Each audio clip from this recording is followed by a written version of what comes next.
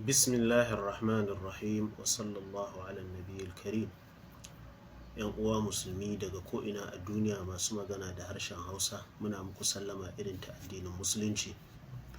Muna roƙon Allah subhanahu wa ta'ala ya sada mu da albarkoki da hasake da asraru da suke cikin wannan wata na Ramadan, musamman wannan rana na Juma'a daga cikin jumu'o'in wannan wata mai albarka. Allah ya anshi ibadunmu ya datar da mu albarkan manzon Allah sallallahu alaihi wasallam. Wannan wani takaitaccen bayani ne akan mas'ala ta ingantaccen hadisi a istilahin malaman hadisi, wanda kwana biyun nan ake ta ɗan cece-kuce a kanta. Na yi ta ƙoƙarin kauce mata, ban so in magana a kanta ba saboda ganin cewa ba mas'ala ce ta magana ba, abu ce a fili. Duk wanda ya ga abin ya yi masa nauyi to karatunsa ne bai kai wajen ba, ko kuma ta'assubanci ne ko son rai ya hana shi ya fahimci mas'alar. So duba da kuma hatsaniya ko hayaniya da ƙananan ɗalibai da amawa suke shiga ciki, sai na natsu da in yi ɗan takaitaccen magana a kanta. Wato mas'alar na ji magana biyu ta ɓangare biyu, wanda ta fito daga manya daga cikin malaman ƙasar tamu Najeriya, kuma duka maganganu biyun tabbatattu ne a karatu. Maganan farko, wato cewa ingancin hadisi, abinda malaman hadisi ko musulmai suke ce masa ingantaccen hadisi, baya nufin tabbas yaƙini 100% ya fito daga wajen manzon Allah sallallahu alaihi wasallama kamar yadda yake rubuce a littattafai. Wato maganan dama tana da alaƙa da khabarul ahad. So wannan bayani tabbas yana rubuce a littattafan hadisi da yawa, wadda duk wanda hakan ya yi masa duhu bai san hakan ba, to karatunsa ne bai kai wajen ba, ko kuma wata manufa tashi da wani mabda'i nasa yake so ya yi tajahul ɗin abin da ya san akwai shi a rubuce. Magana ta biyu kuma wadda na ji mai mahimmanci a gabar, wadda ita ma daidai ce, ba wanda yake da ja da ita sai dai wanda karatunsa bai kai wurin ba ko son rai, cewa duk abin da aka kira shi da hadisi sahihi a istilahin malaman hadisi, to baya halasta ga musulmi ya ƙi yin aiki da shi sai da wani dalili na ilimi. Wannan dalili na ilimin ko dai ya fito daga wajen amawa ko ya fito daga wajen malamai mujtahidai. Wanda yake fitowa daga wajen malamai mujtahidai shine hadisi ingantacce a istilahi ya zama yayi karo da wanda ya fi shi inganci, ko yayi karo da wani asali daga cikin asalolin musulunci, ko yayi karo da ayan alkur'ani, ko yayi karo da ijma'in sahabbai ko ijma'in musulmai gabaki daya. To a wannan lokacin ana barin shi a ingancinsa, a ijiye shi a gefe. Wannan mujtahidai suke wannan.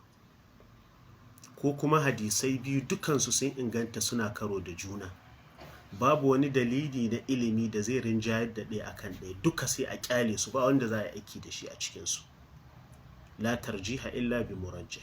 Wannan da aiki ne na mujtahidai, manyan malamai da suka kai matuƙa a sanin addini.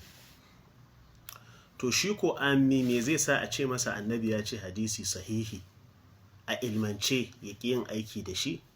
Shine ya kasance imamin da yake taklidinsa bai aiki da wannan hadisin, tare da cewa ya san wannan hadisin kuma akwai dalili na ilimi da ya hana shi ya aiki da wannan hadisin. Kamar Imamu Malik ya kasance ga hadisi ingantacce a Sahihul Bukhari, ko har a muwaddarsa ma ya kawo shi, sai dai kuma bai aiki da wannan hadisin saboda wani illa. Kamar ya ga duk malaman zamaninsa da suka koyar da shi, malaman Madina, ba sa aiki da wannan hadisin. Laisa alaihi al'amal. To ni a matsayina na ba malike muƙallidi ammi, idan ka kawo min wannan hadisin zan ƙi yin aiki da shi saboda imamin da nake kalladawa bai aiki da shi ba saboda wani hujja na ilimi. So amawa na da nasu, malamai na da nasu. To wannan karatu biyun duka da naji, duk da ban so in kama suna ba. Karatu na farko daga wajen babban malamin mu Professor Makari, karatu na biyu daga wajen Professor Rijiyar Lemu, dukansu tabbatattu ne, babu wanda yake da ƙaiƙayi da su sai wanda bai kai wurin ba, kuma ba sa karo da juna, kowanne da majal ɗinsa. Cewa khabarul ahad ingantacce ba a da yaƙini 100% ya fito daga bakin annabi, yana da majal ɗinsa. Cewa duk abin da aka ce mai hadisi sahihi a istilahin malaman hadisi, musulmi ba ya da daman ya ce ba zai aiki da shi ba sai da hujja na ilimi, shi ma abu ne tabbatacce, ba kuma ba sa karo da juna. Sai dai ita magana ta farko ɗin wadda ta fito daga wajen malamin mu Professor Makari, da yawa ina jin ana faɗanta a wurin tarurruka daban-daban, maulidai da sauransu, tana mun zafi, ina jin ƙaiƙayinta, ba wai don ba ta a karatu ba wai don ban yadda da ita ba, sai dai don waɗanda ake gaya musu bai dace a faɗa musu ba. Malami mai karatu wanda mustawarsa ya kai a karatu, idan ya ji wannan ka'idan cewa hadisi ingantacce baya nufin tabbas ya fito daga wajen annabi, ba zai sa masa wani rauni ba wajen karɓan hadisan manzan Allah sallallahu alaihi wasallam, ba zai sa mai raina abin da ake karantawa da sunan hadisan manzan Allah sallallahu alaihi wasallam. Sabanin ammi, shi ammi komai nasa da yaƙini yake yi, yani ammi abubuwan da suke a wajen malamai zanniyat ne, shi a wurin ammi qat'iyat ne, abubuwa na filoli, yanzu kaman azumin litini da alhamis, yani wani ammi shi yana ganin sa kaman farilla ne, in ya bar shi kaman ya bar azumin ramadan. Sittu shawwal wani yana kallon shi kaman farilla ne, in ya bar shi ya bar ramadan. So su ammawa ba sa aiki da zannu, ya confidence suke so akan addini. So ma'ana a nan ƙasar Masar walillahi alhamd, aƙalla yanzu shekara 10 ina da alaƙa da harkan da'awa, ta yadda ina da masallacin da nake hudu ba kusan duk sati. A shekarun baya gaba ɗaya na hannuna, yanzu kuma muna canji lokaci bayan lokaci. So kuma munasabat na da'awa da yawa ana sani a ciki ina shiga. Ni irin waɗannan maganganun ba na kallon malaman Misrawa suna gaya ma'amawansu, haka malaman ƙasashe da yawa. In kaga ana tattauna wannan mas'alan kaman a ce hadisi ingantacce ba a da tabbas din ya fito daga wajen manzan Allah, sai a majalisi na karatu, ana karatun tadribin rawi ko ana karatun kaza a majalisi na ɗaliban ilimi. Amma ammi wanda in ka tambaye shi ma meye hadisi sahihi bai sani ba, kullum amawa suna cakuɗa da'ifi da sahihi. Su in dai an ce musu annabi ya ce, wanda ya faɗa ɗin kuma sun yadda malami ne, karɓa suke kai tsaye, da'ifi ne ko sahihi duk ba kes ɗinsu ba ne.